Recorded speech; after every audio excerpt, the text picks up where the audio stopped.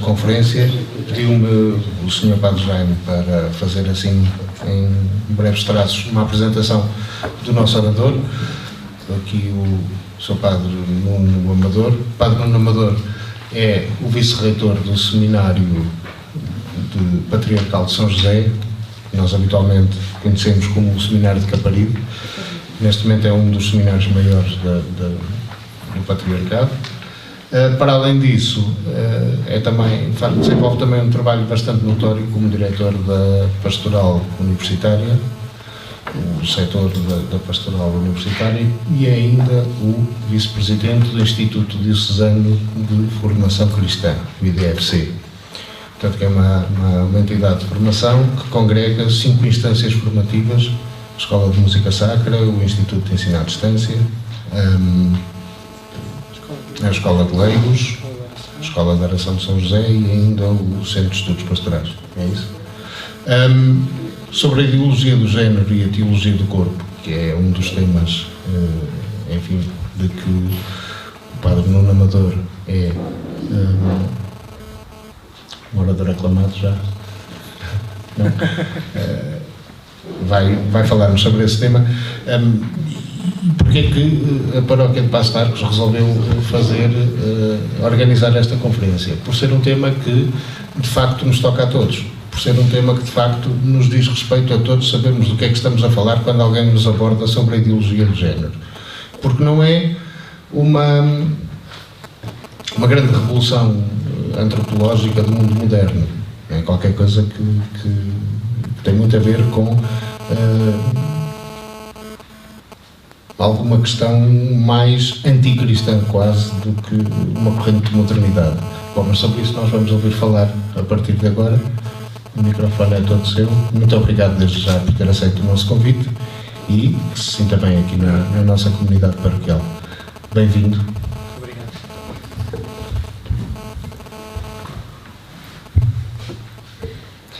Então, muito boa noite.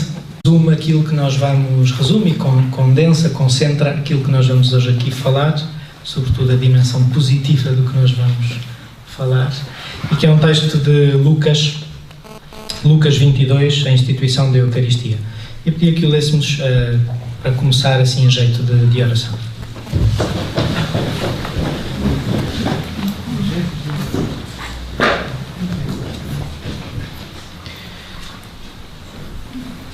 Em nome do Pai, do Filho e do Espírito Santo. Amém. Do Evangelho segundo São Lucas. Quando chegou a hora, pôs-se à mesa e os apóstolos com ele. Disse-lhes: Tenho ardentemente desejado comer esta Páscoa convosco, antes de padecer. Pois digo-vos que já não a voltarei a comer até ela ter pleno cumprimento no reino de Deus. Tomando uma taça, deu graças e disse: Tomai e reparti entre vós, pois digo-vos que não tornarei a beber do fruto da videira até chegar o reino de Deus. Tomou então o pão e, depois de dar graças, partiu e distribuiu por eles, dizendo: Isto é o meu corpo, que vai ser entregue por vós. Fazei isto em minha memória. Depois da ceia, fez o mesmo com o cálice, dizendo: Este cálice é a nova aliança no meu sangue, que vai ser derramado por vós. Palavra da salvação. Glória a vós, Senhor.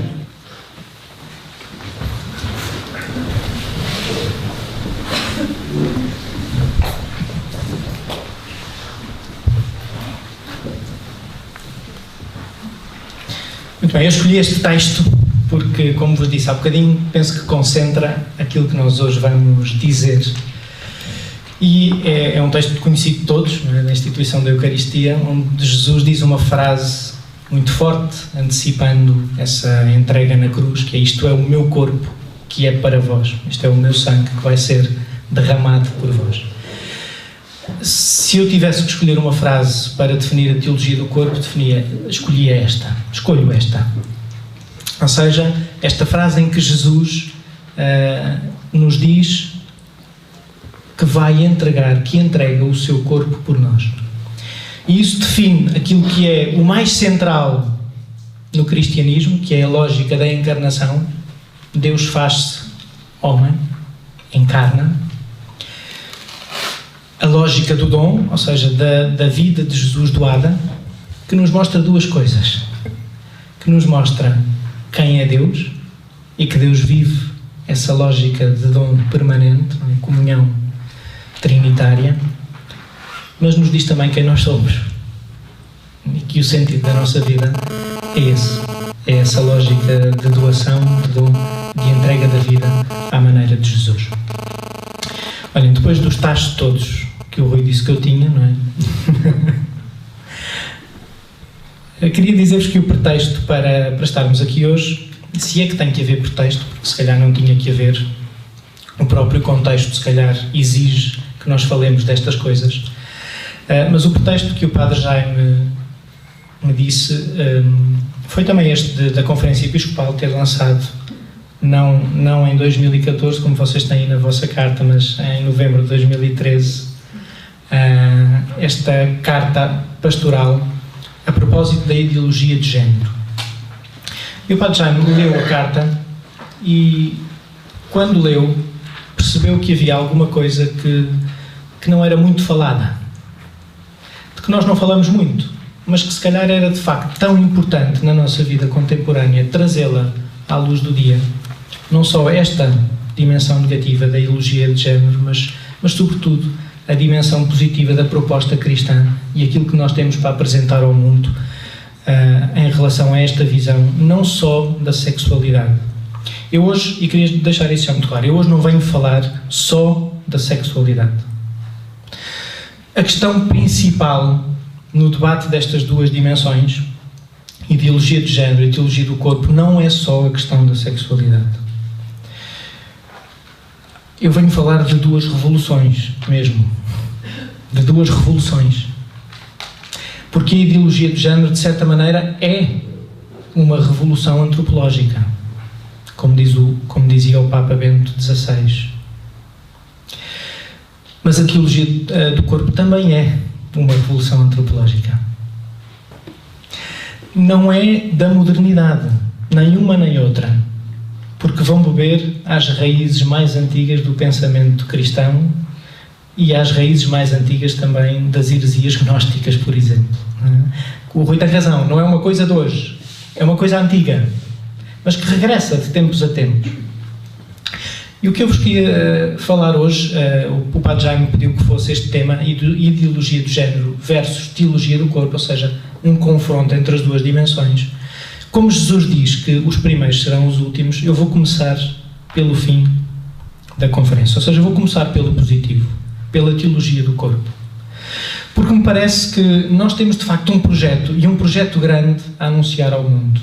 Não só sobre a sexualidade humana, mas sobre a visão do homem, a questão antropológica, quem é o homem, mas mais ainda, quem é Deus. Porque no fundo também é isso que está aqui em causa. Quem é o homem e quem é Deus. E lembrem-se sempre, nestas questões, que por trás de um não há sempre um sim.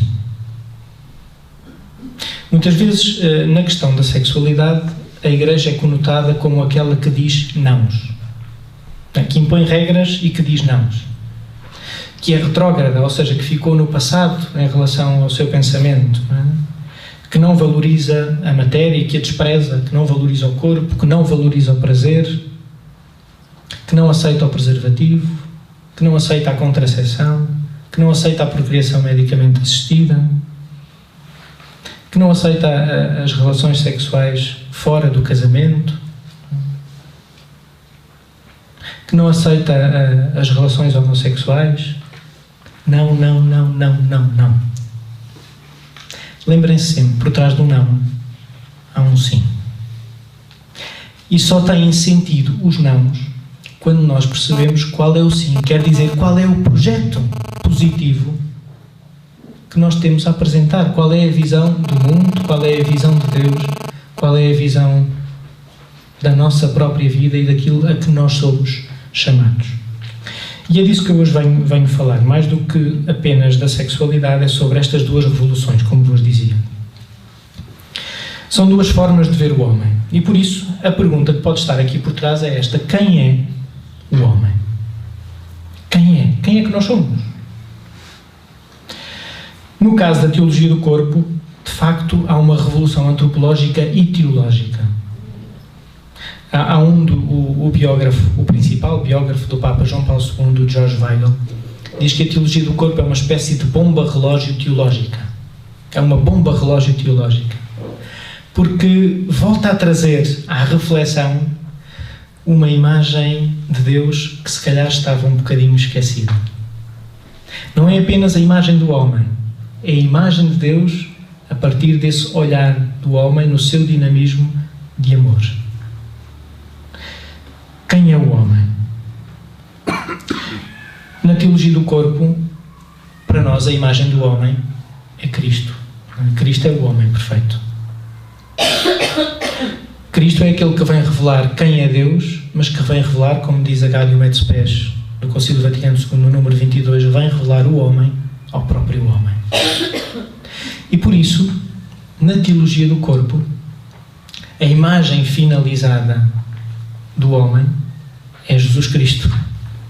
Não pode ser de outra maneira. Se nós queremos aprender quem somos, temos que olhar para Jesus. E Jesus o que é que faz? Mete Deus no centro, mas é uma coisa muito curiosa, mete também o homem no centro. Porque aparentemente a ideologia do género também mete o homem no centro, mas só aparentemente. Se eu tivesse que encontrar assim uma imagem para falar do homem, da ideologia do género, a imagem que eu encontro é a imagem do mito de Narciso. Vocês conhecem o mito de Narciso? Já ouviram falar desse mito grego? Alguns, se calhar, não. Quem é que já ouviu? É só para levantarem o braço para não adormecerem. Muito bem. Então, o mito de Narciso é um mito da antiguidade grega, não é? Narciso era assim um rapaz belo, filho do deus do rio, de Césifo, e de uma ninfa. E quando ele nasceu, os pais perguntaram lá ao oráculo qual era o destino da criança, qual era o destino do menino. E o oráculo lá lhes disse que ele teria uma vida longa se nunca visse a própria face. Se nunca visse a sua cara, se nunca visse a própria face, ele teria uma vida longa.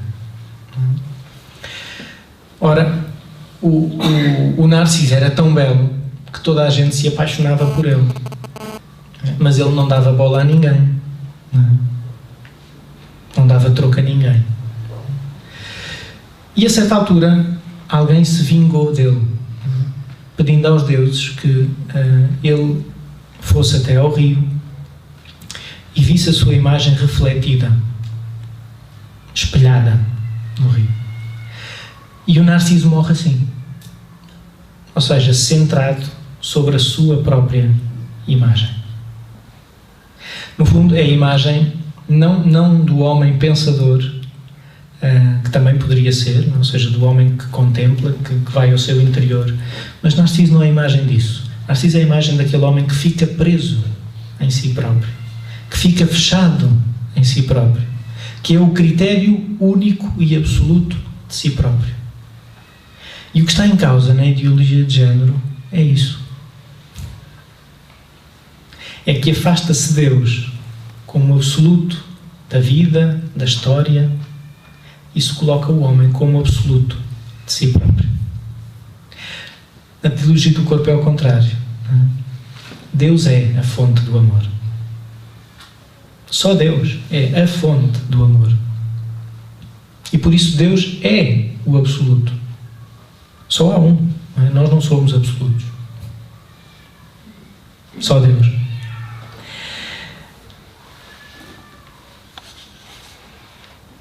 O que é então a teologia do corpo?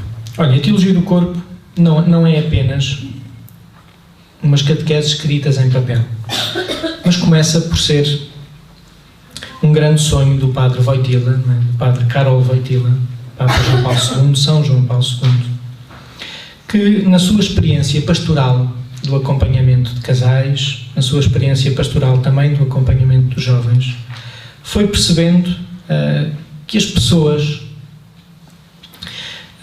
concretas, não é? Com vidas concretas, com dificuldades concretas, tinham esta necessidade de perceber esta dinâmica do amor humano, da intimidade, e não nesta lógica fechada, mas numa lógica aberta a essa transcendência de Deus e esse amor humano iluminado pelo plano de Deus. E por isso, o Papa Karol Wojtyła, o Papa João Paulo II, já na sua Polónia natal, tinha gizado uma série de catequeses, um programa filosófico-teológico, em que expunha esta dimensão do amor humano à luz do plano divino. Ou seja, o que é que significa na vida humana esta dimensão do amor? E do amor olhado a partir de Deus e não apenas a partir de nós. E mais que isso, o que é que, olhando o homem a partir desse seu dinamismo de amor, nós podemos descobrir sobre o próprio homem? E quando chega a Roma, como João Paulo II, já trazia isso na mente, no pensamento, na oração, alguma coisa que vinha sendo maturada ao longo do tempo. E por isso, nos primeiros anos do seu pontificado, entre 79 e 84, o Papa, nas audiências de quarta-feira, faz sempre uma catequese sobre um tema. Então o Papa João Paulo II aproveita as audiências de quarta-feira para fazer talvez o projeto catequético de maior fulgor, de maior fundo, que um Papa fez nestas catequeses das audiências. Foram 129 catequeses sobre este tema. 129 catequeses. Ou seja, é um projeto grande, onde o Papa vai explicando desde o início o que é que ele quer dizer com isto da teologia do corpo. Começa por centrar em quem é o homem, indo ao princípio, qual é o homem no plano de Deus, no plano da criação. Mas depois olhando também muito concretamente este homem concreto, histórico, marcado pelo pecado, ferido pelo pecado, frágil, mas redimido pela graça, redimido por Cristo. E depois o homem que se projeta, ou que é projetado, que é atraído por essa dimensão final a partir da ressurreição de Jesus Cristo. Quer dizer, o homem no princípio, o homem agora, no pecado, mas redimido, mas o homem que é projetado para o fim e que é atraído para um fim a partir da ressurreição de Jesus. E o Papa João Paulo o que diz é: só se pode compreender o homem se nós olharmos estas três dimensões. Se nós olharmos o princípio, se nós olharmos a história e o concreto da história, pecado e redenção, e se olharmos para essa dimensão final. E no fundo, como numa imagem muito bonita, um tríptico, não é? O Papa vai explicando esta dimensão e esta lógica do amor, mas sobretudo vai dizendo quem é que nós somos a partir daí. Porque no seu pensamento havia uma coisa que era necessário. Era uma visão do homem que não fosse parcial, que fosse total, que fosse integral, que não deixasse nada de fora, que visse o homem em todas as suas dimensões e que não deixasse nenhuma coisa de fora. Isto tinha sido um desejo já do Papa Paulo VI. O Papa Paulo VI, na encíclica Humanae Vitae, escrevia isto em 1968, quando saiu a encíclica. Diz ele assim: qualquer problema que diga respeito à vida humana, que o contexto era o da vida humana, deve ser considerado para além das perspectivas parciais, sejam de ordem biológica ou psicológica, demográfica ou sociológica, à luz de uma visão integral do homem e da sua vocação. E é muito bonito, porque o que o Papa João Paulo II faz na teologia do corpo é dar corpo, desculpem a repetição, mas é dar corpo a este desejo que o Papa Paulo VI já expressava na Humanidade e que o Papa João Paulo II conhecia bem, que é de uma visão do homem que não fosse parcial, mas que fosse total, que olhasse o homem em todas as suas dimensões, não deixando nada de fora. E é isso que o Papa faz nestas catequeses. Eu não trouxe o livro em português, porque este era o que eu tinha todo sublinhado e lido, mas já saiu a edição portuguesa depois de alguns anos de trabalho, e sobretudo podemos agradecer ao Padre Miguel e a mais algumas pessoas que com ele trabalharam também nas últimas revisões do livro e depois na edição, e vale mesmo a pena ler. Se calhar não sozinhos, em grupos de estudo, uma leitura acompanhada, uma leitura comentada, vale mesmo a pena ler. Não é fácil a leitura da teologia do corpo, ou seja, destas catequeses. É assim uma comida sólida e que precisa de ser mastigada, mas é mesmo importante lermos. E, como dizia, já saiu em português, por isso já não há desculpa para não termos na nossa língua. Convidava-vos por isso a lerem isto que o Papa escreveu nestas 129 catequeses. Então, assim, pondo os pontos nos is, o que é que faz a teologia do corpo? O que é que o Papa diz na teologia do corpo? No fundo, a teologia do corpo é uma proclamação daquilo que é mais central no mistério do cristianismo, no mistério de Jesus Cristo, que é a lógica da encarnação. A teologia do corpo proclama essa lógica da encarnação, aquele mistério do corpo entregue, como líamos na leitura, e do sangue derramado, que funda uma nova forma de viver o corpo. E de viver o corpo como? Como doação, como entrega, à luz de um amor total e radicalmente salvador. Quais são os pontos principais? Ou por onde é que começamos? Olha, começamos por uma coisa, começamos por cima. Começamos por reconhecer que Deus é amor. Parece uma banalidade. Não é? Parece uma banalidade. Deus é amor, como diz São João. Mas olhem que se calhar não é assim tão banal, nem tão evidente para muita gente. Porque quando nós estamos a dizer que Deus é amor, nós estamos a dizer quem Ele é, não é? Mas estamos a dizer também que Ele é a fonte, a origem do amor. E que em Jesus Cristo, na sua vida, na sua morte e ressurreição, se manifesta esse amor. Jesus é a encarnação desse amor que Deus tem, que Deus é e do qual Ele é a fonte e a origem. Uma das dificuldades que nós encontramos no nosso tempo é, de facto, a relativização disto. Ou seja, colocamos Deus de lado. Como se Deus não interessasse. Deus não é fonte. Deus não é origem. Deus não é criador. Se quiserem, em absoluto, Deus não é. Deus não é. Porque por trás da ideologia de género pode estar também esta concepção de Deus. Afastamos Deus e o homem fica, como Narciso, o último critério de si próprio, definindo ele o que quer, definindo ele a forma de se construir, sem se construir a partir de um dom que o antecede, que o transcende, que lhe é oferecido.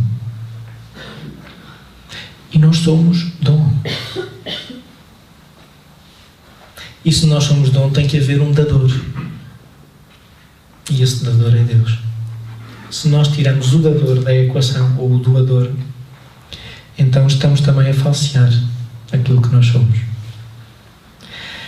Depois, uma segunda verdade. Que a pessoa humana é espírito encarnado.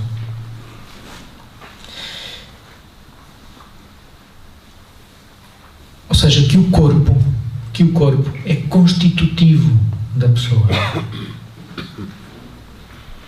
Nós não temos só um corpo. Nós não temos um corpo. Assim, nesse sentido. Não é? Nós somos o nosso corpo. E essa é uma coisa que o Papa João Paulo II faz também na teologia do corpo. É recuperar essa teologia e aquilo que a filosofia de matriz judaico-cristã tem de melhor. A partir também da antropologia da Sagrada Escritura. Para os hebreus,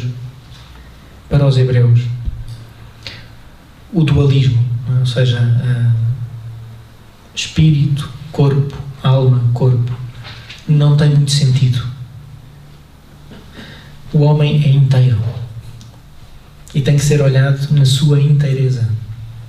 Ainda que lhe possamos reconhecer dimensões, mas não os podemos separar. E o que a teologia do corpo diz é isso. O corpo é constitutivo da pessoa. Nós somos o nosso corpo. Podíamos dizer o mesmo da nossa alma. Nós não temos uma alma à maneira dos gregos. Nós somos também a nossa alma. Ela constitui-nos. E estas dimensões no homem, espírito e corpo, não podem ser separadas. O corpo é um modo de ser, não é um atributo que nós temos. Não é assim uma coisa que se junta. É um modo de ser, de nos comunicarmos, de existirmos. É constitutivo. E a pessoa humana, a pessoa existe nesta dualidade sexuada, como homem e como mulher. E isso é um dado, é um dom. De certa maneira, a pessoa, de maneira certa, melhor dizendo, a pessoa é chamada ao amor, é chamada à comunhão, à imagem do Deus que é comunhão, como homem e como mulher. Quer dizer que o corpo, na teologia do corpo, o corpo é um sacramento. O corpo é uma coisa muito grande. O corpo é uma coisa muito grande. A Igreja não despreza o corpo. Antes, pelo contrário. O corpo é um sacramento. É como que um sacramento. Não é? Porque é esse lugar onde se exprime essa lógica de dom. Da masculinidade para a feminilidade e vice-versa. E onde se manifesta, nesta reciprocidade dos sexos, a comunhão das pessoas. Onde se manifesta a comunhão das pessoas. Por isso o dom, este dom que é o corpo, desponta como uma característica fundamental da nossa existência. Da nossa existência pessoal. O corpo é testemunha dessa criação como de um dom fundamental. Testemunha desse amor que Deus é e que Deus nos tem como origem, como motor, de onde nasce a doação. E o sexo, que para a Igreja também é bom, seja nessa dimensão de corpo sexuado, seja quando falamos também das doações sexuais, é o sinal original dessa doação. Ou seja, dessa doação criadora e da nossa tomada de consciência, nós, homem e mulher, de um dom vivido, de uma forma original. O homem é para a mulher e a mulher é para o homem. Vocês já repararam? Aqui está em italiano, mas homem e mulher, não é? Isto são os textos das catequeses. Homem e mulher. E depois tem assim uma coisa mais pequenina que diz, podia dizer os criou, não é? Mas não diz. Diz homem e mulher o criou. dizer que a humanidade está completa, se completa na dualidade dos sexos. Ou seja, que a humanidade só está terminada, criada, quando o homem existe para a mulher e a mulher para o homem. Nessa dualidade sexuada. Na teologia do corpo não há dualismos, mas há dualidade. Masculino e feminino. E nessa complementaridade, nessa doação complementar de um para o outro, se manifesta de forma maravilhosa aquilo que é essa lógica da vida própria do homem. Da própria vida do homem, que é a lógica do dom. O dom é o sentido da nossa vida. O dom é o sentido da nossa vida. Tal como Jesus nos mostra na cruz.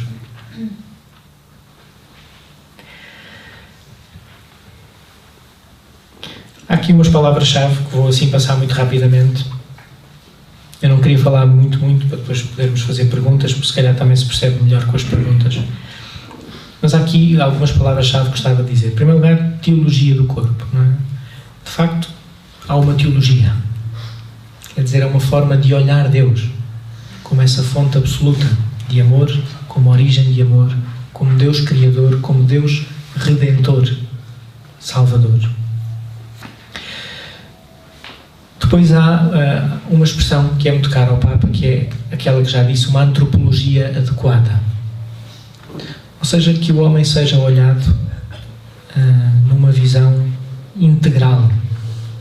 Não às gavetas, não às postas, não em dimensões separadas, mas como um todo. Corpo e espírito. Corpo espiritual e espírito encarnado. Porque o nosso corpo não é só material. É aquele lugar onde o Espírito se manifesta encarnado. E não podemos separar as duas coisas aqui. Depois, Evangelho do corpo. Porque isto é uma boa notícia. É uma boa notícia.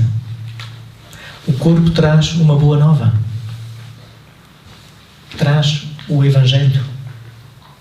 Quer dizer, traz essa notícia de que a lógica da vida do homem é essa lógica de doação, de entrega.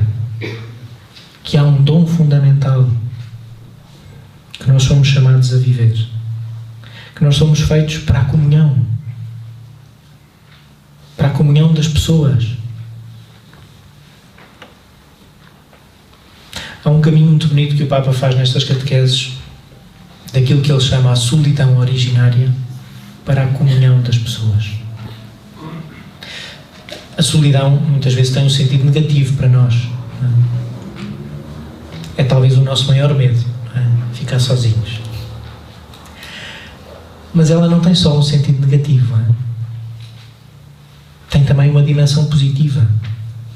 É o lugar onde nós reconhecemos a nossa identidade. Diria mesmo a nossa unicidade. Nós somos únicos.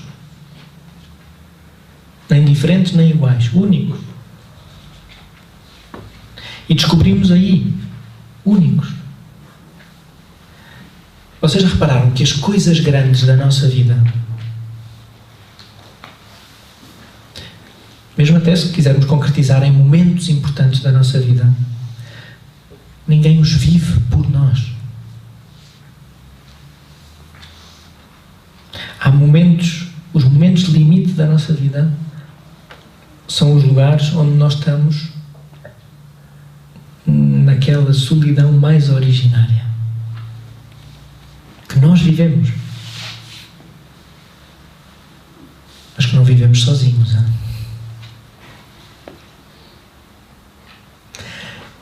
Mas é preciso descobrir este caminho, da solidão como lugar onde nos descobrimos, onde fazemos a experiência da nossa identidade, onde fazemos a experiência de que somos diferentes do resto do mundo e do outro, que também é humano. Mas ao mesmo tempo só descobrimos isso quando descobrimos o outro. Porque ninguém se descobre como o Narciso, contemplando-se só a si próprio. Ou seja, nós só nos descobrimos verdadeiramente quando nos damos ao outro e o outro nos devolve a imagem daquilo que nós somos. É porque é no rosto do outro que eu também posso conhecer aquilo que sou. E o Papa faz um caminho muito bonito dessa solidão originária que se mantém em nós, para aquilo que é o chamamento decisivo da nossa vida, que é a comunhão das pessoas. Nós somos chamados à comunhão, como Deus é comunhão.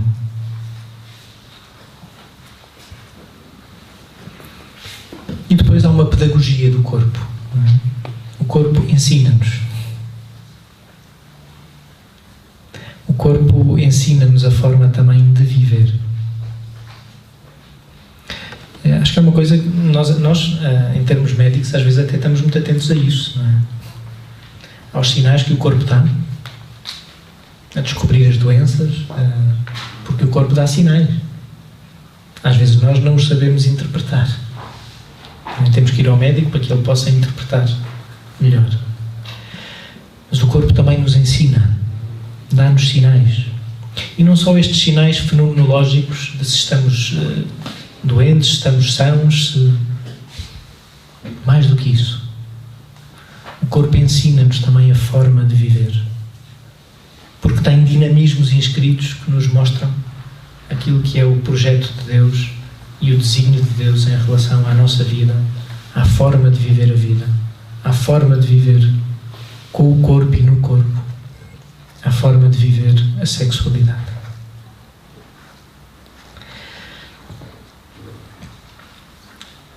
A ideologia de género, o que é? Olhem, é o contrário disto. É uma antropologia alternativa a isto. E aqui a alternativa não é no bom sentido, não é? É uma antropologia alternativa. E em contraste com esta antropologia da teologia do corpo. Porque parte de uma distinção radical. E uma distinção radical que é separação. O documento diz que é distinção radical. Eu ia um bocadinho mais longe. A ideologia de género parte de uma separação. De uma separação entre sexo e género, não é? Mas que no fundo é uma separação ainda mais vasta. É uma separação entre natureza e cultura. Mas é também uma separação entre espírito e corpo. É como se o homem aparecesse cindido, partido, fragmentado, dividido. Como se uma coisa fosse uma nossa dimensão espiritual, ou para a ideologia do corpo se calhar não se chega aí, não é? Psicológica, construtiva, construída, não é? E a outra dimensão biológica, material, fisiológica, mas separadas. E como se uma não tivesse a ver com a outra. Já explico. Para a ideologia de género, e é isso que vocês têm aqui também neste documento, há uma distinção radical, ou melhor, uma separação entre sexo e género. No fundo, parte daqui, da separação entre natureza e cultura. Não é? O sexo representaria a condição natural e biológica da diferença física entre homem e mulher. E o género, uma outra coisa, representaria a construção histórico-cultural da identidade masculina e feminina. Segundo aquela frase da Simone de Beauvoir que diz: uma mulher não nasce mulher, torna-se mulher. Uma mulher não nasce mulher, torna-se mulher. É claro que nós não somos só natureza, também somos cultura. É claro que a sexualidade é um dom, mas também é uma construção. A questão da ideologia de género não é essa. A questão da ideologia de género é que separa o dom da construção. A teologia do corpo diz outra coisa, diz que nós nos construímos, nos descobrimos. Essa pedagogia do corpo é a forma como nós descobrimos a maneira como temos que nos construir, a partir do dom.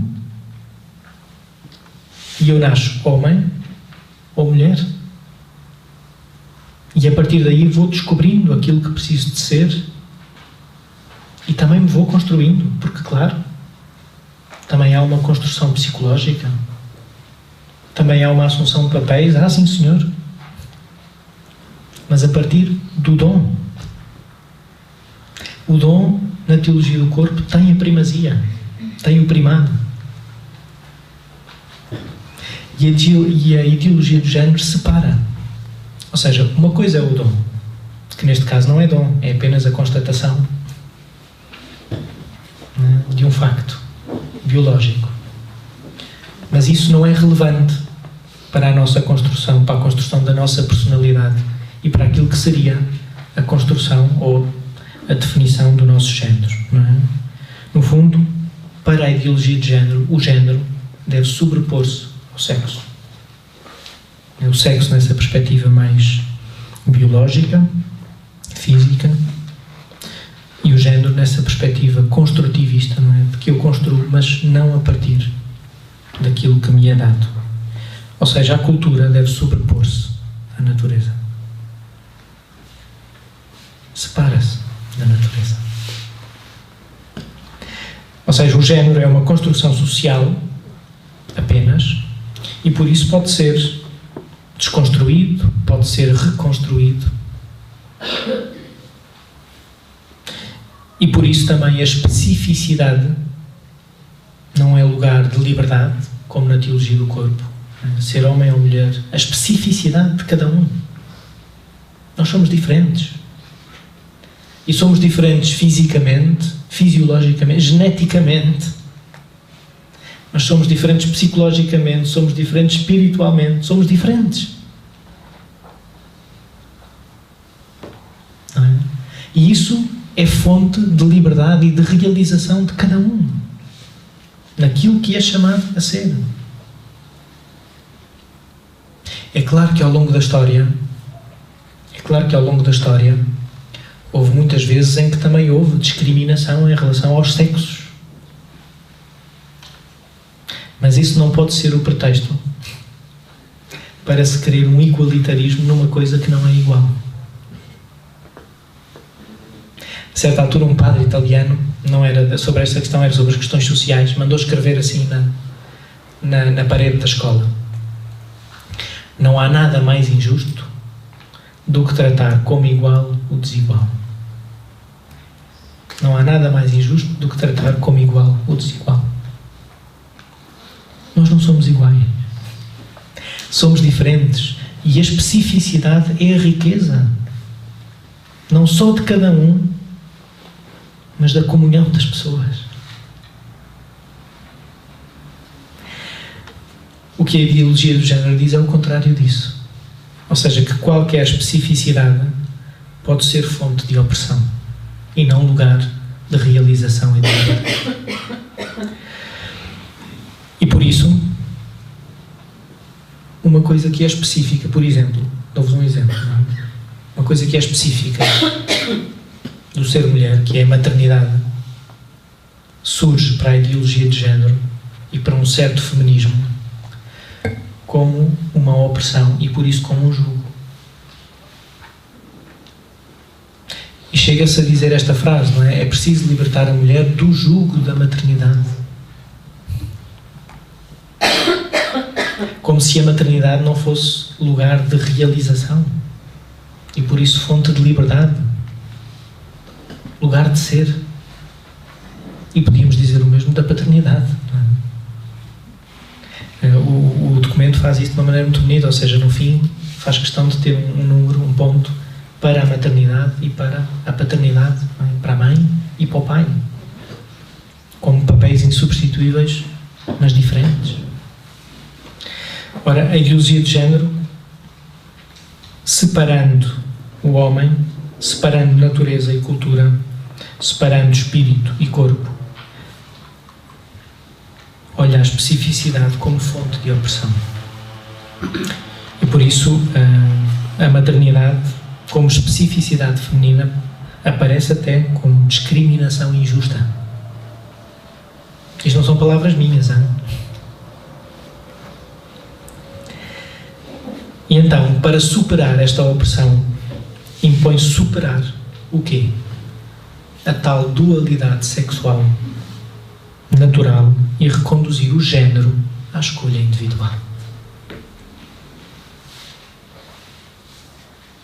Ou seja, para nos libertarmos de todas as opressões, sobretudo para libertar a mulher também da opressão, então é preciso que o género seja uma escolha absolutamente individual.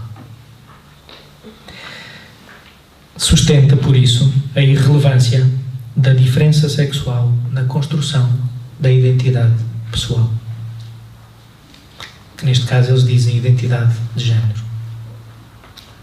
Na teologia do corpo não faz sentido dizer género.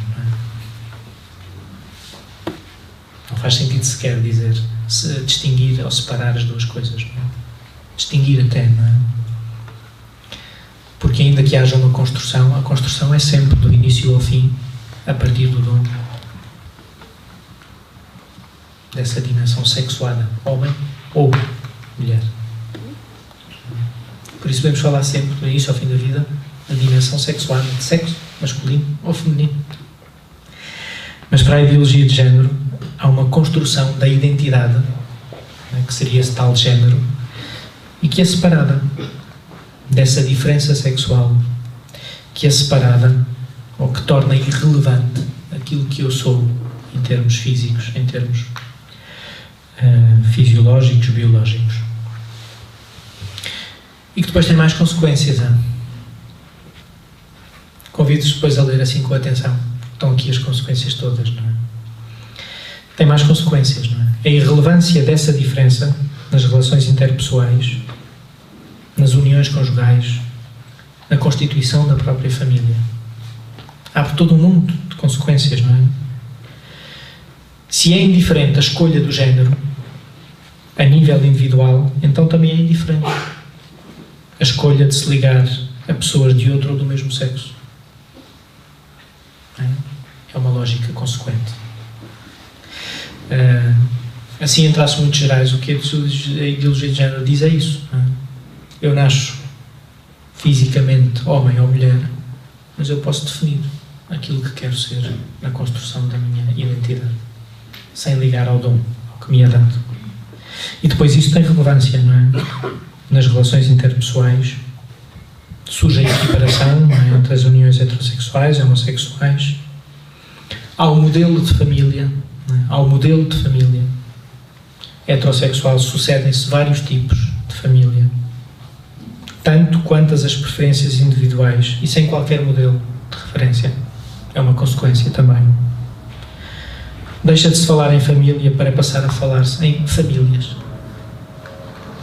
Deixa de falar-se em paternidade e maternidade, porque isso é específico, não se pode falar, para se passar a falar em parentalidade, criando um conceito desligado da própria geração biológica. Em síntese, a ideologia de género surge de facto como uma antropologia alternativa e contraposta à visão judaico-cristã do homem e do mundo. Nega que a diferença sexual inscrita no corpo possa ser identificativa da pessoa. Nega isto. E nega a complementaridade natural entre os sexos. E por isso dissocia a sexualidade também da procriação. No fundo, pretende desconstruir uma matriz heterossexual da sociedade. A família, assente na união entre homem e mulher, passa apenas a ser uma entre muitos modelos, desconstruindo-se assim aquilo que é a raiz, a célula mais básica do viver em sociedade. Já repararam como pode parecer apenas uma questão pontual, não é? Individual, não é? No sentido de eu escolho ser aquilo que quero ser, não é? Desde que não faça mal a ninguém. Podia parecer assim uma coisa pontual. Já repararam que toca a sociedade naquilo que é a sua base mais fundamental?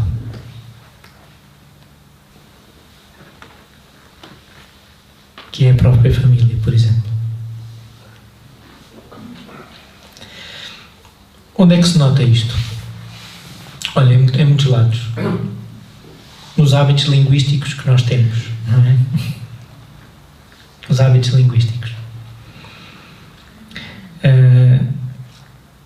Na utilização da expressão género em vez de sexo. Se vocês abrirem uma conta, eu penso que no Google ainda, no Gmail ainda aparece sexo. Mas já não aparece só sexo. Não é? Aparece assim. Se vocês forem abrir uma conta ao Gmail, eu agora não me lembro bem se aparece sexo ou género, mas acho que aparece sexo. E diz assim, pede o nome, não é? Nome, alguns dados pessoais. Um dos dados pessoais que pede é sexo. Masculino, feminino ou outro. Se forem abrir uma conta de e-mail, está lá. Em qualquer inquérito a que respondamos, normalmente já documentos oficiais, não é? Já não aparece sexo, aparece género. Outro dia um amigo meu, que é linguista, à porta do centro comercial foi abordado e pediu à senhora, não, olha, pode mudar, por favor. Ponha sexo masculino. E a senhora disse, não, o que está cá é género, tem que ser género. Disse, não, o género tem as palavras, as pessoas têm sexo. Pois, mas não podemos mudar. Não é? Mas em termos de palavras há mais. Não é? Falar-se também de parentalidade, não é? Como já disse, progenitor A ou progenitor B, em vez de mãe ou de pai. Não é? Em vez de mãe ou de pai. Porque não pode haver diferença. Não é?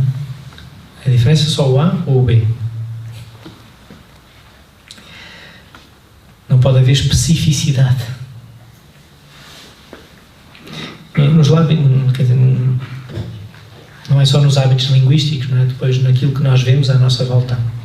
Se vocês virem cinema, televisão, novelas, publicidade, todas essas coisas hoje em dia têm que ter. E eu digo mesmo, e aqui a expressão que eu estou a usar é mesmo propositada, têm que ter.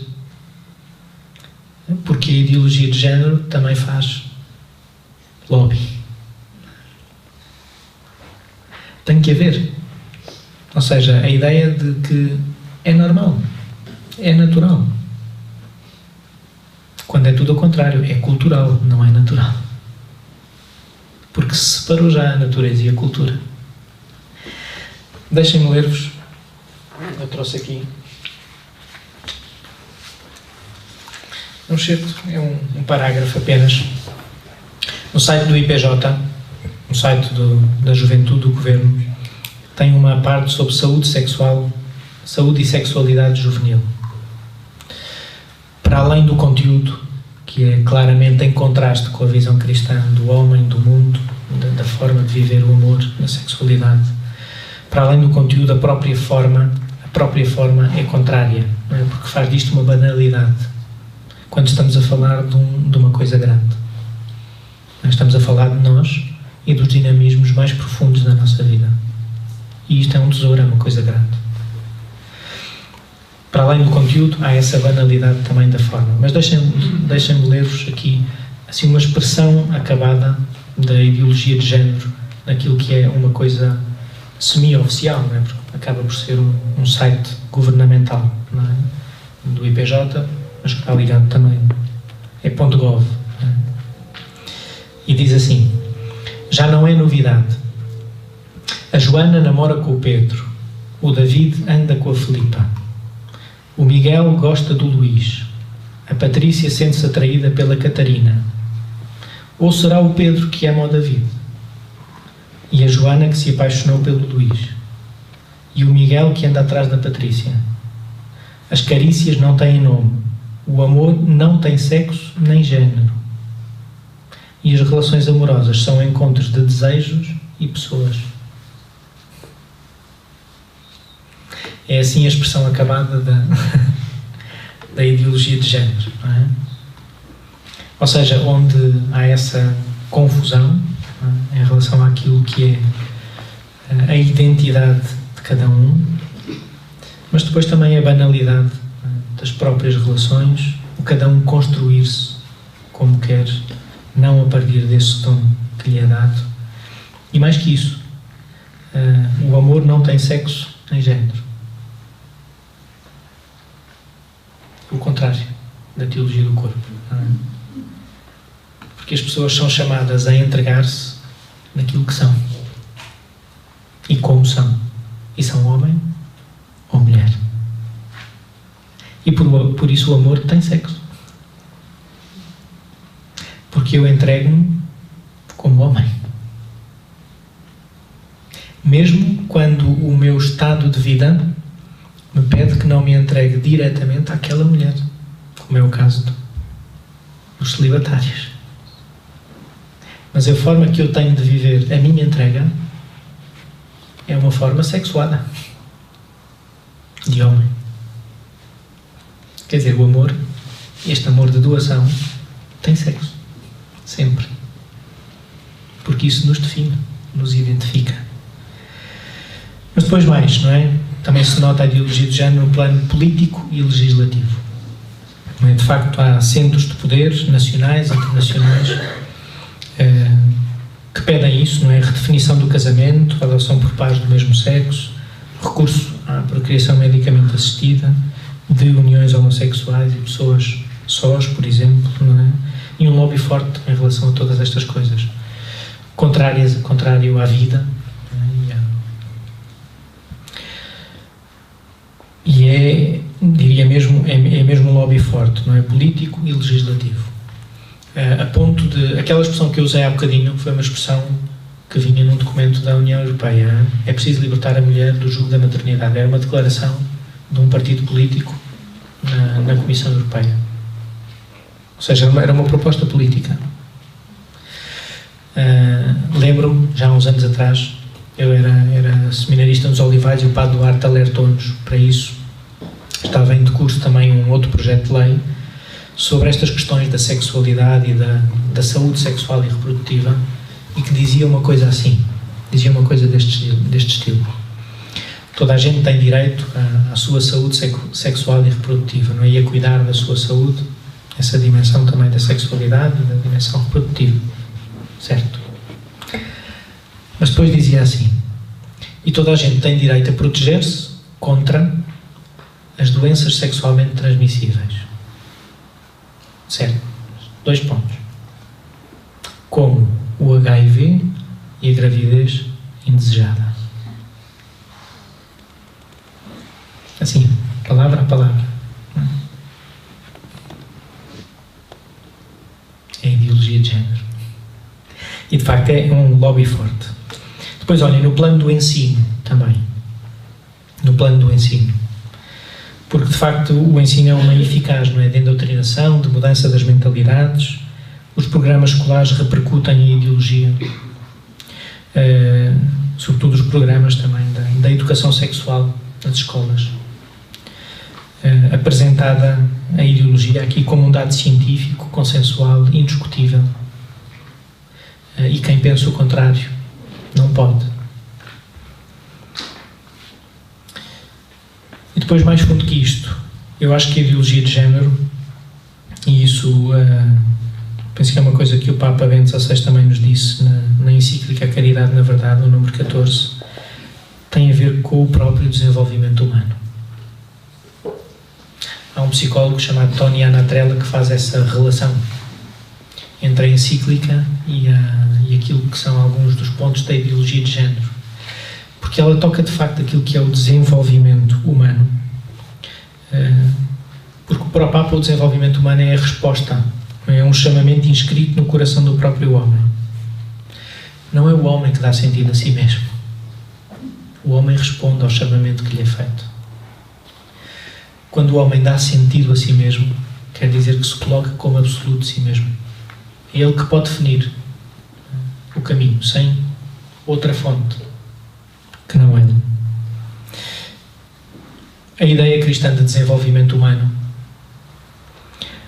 tem a ver com esse chamamento inscrito no coração do homem. Um chamamento a mais. A mais.